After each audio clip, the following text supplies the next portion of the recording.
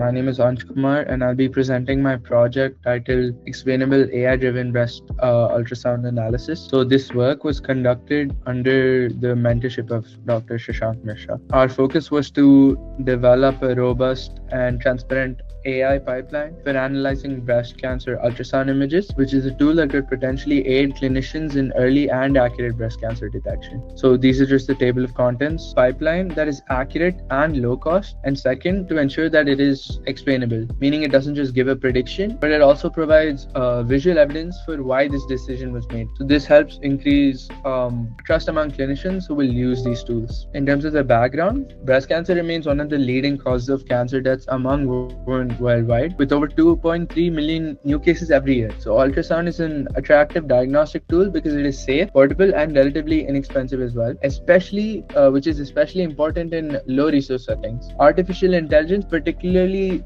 deep learning with convolutional neural networks, CNNs, have shown promise in reducing errors and improving the accuracy. But a major gap in current literature is that classification, explainability, and segmentation are usually handled separately. So this project aims to integrate these three elements into a single coherent pipeline. So in terms of the methods, for this project, I used the Kaggle dataset. It's the breast ultrasound dataset curated by Al-Dabbiani et al. In 2020. So it contains about 780 images classified into three categories: 133 normal, 437 benign, and 210 malignant cases. So more importantly, each abnormal case also comes with a segmentation mask, which means we can not only classify the data but also evaluate the boundaries. So all images, as mentioned there, were resized to 224 into 224 pixels and were converted to RGB so that they'd be more compatible with the CNN, and they were augmented with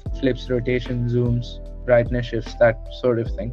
The method also includes the pixel intensity, which were normalized. Then next, there was an explainability module where we implemented GradCam to highlight the regions most important for making the decision, which was done through a heat map. Thirdly, we had a segmentation module, which is based on UNet, which is gold standard, and that produced the pixel level tumor boundary mask. So finally, we introduced this cam mask overlap, which quantitatively measures how well the GradCam heat map aligns with the segmentation, objectifies the data, and ensures that the model is not only correct but also focusing on the right areas. Yeah, so these are some of the results. So overall, in terms of classification, the model achieved 96% accuracy with stable convergence.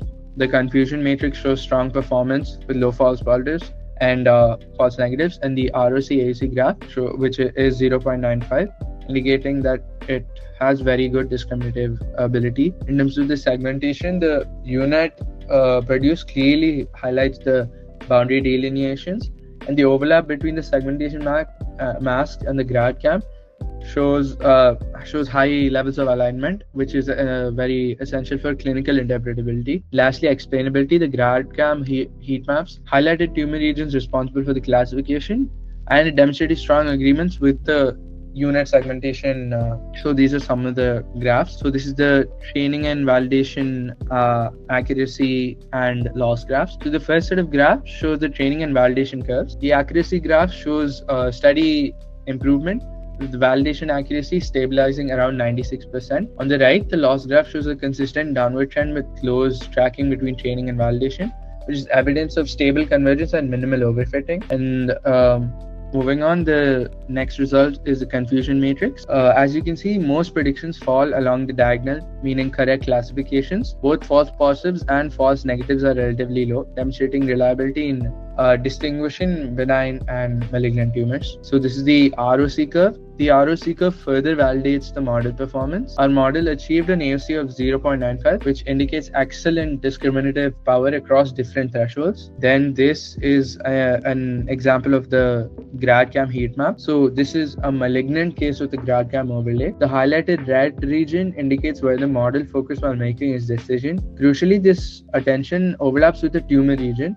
providing transparency into the model's reasoning as well. This one is a benign case. So this, again, the model's focus aligns with the ground truth area, which is the area of interest, confirming that its decision process is not arbitrary but clinically meaningful. meaningful as well. So lastly, this is a example of segmentation. The original ultrasound is shown along the ground truth mass and the unit segmentation prediction. The predicted mass closely matches the ground truth, demonstrating the model's capability to delineate tumor boundaries.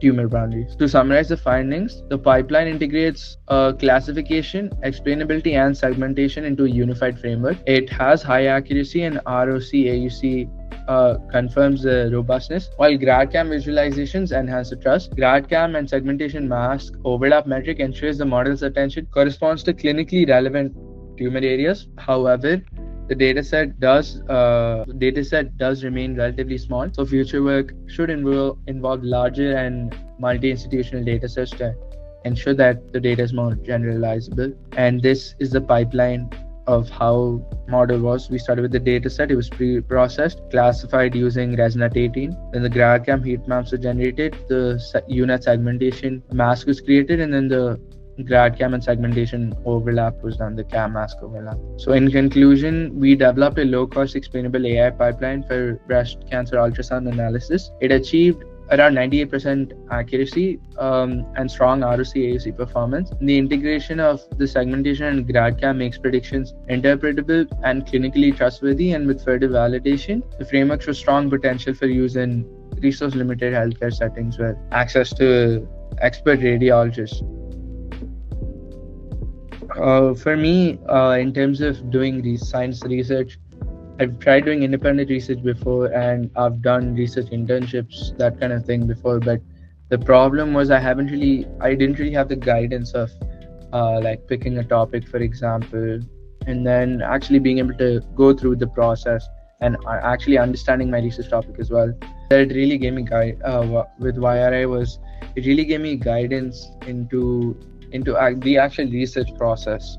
So like deciding a topic based on my interests with my mentor, and then getting an action plan on what to do, and then going phase by phase, deconstructing that action plan and actually, ticking off all the steps.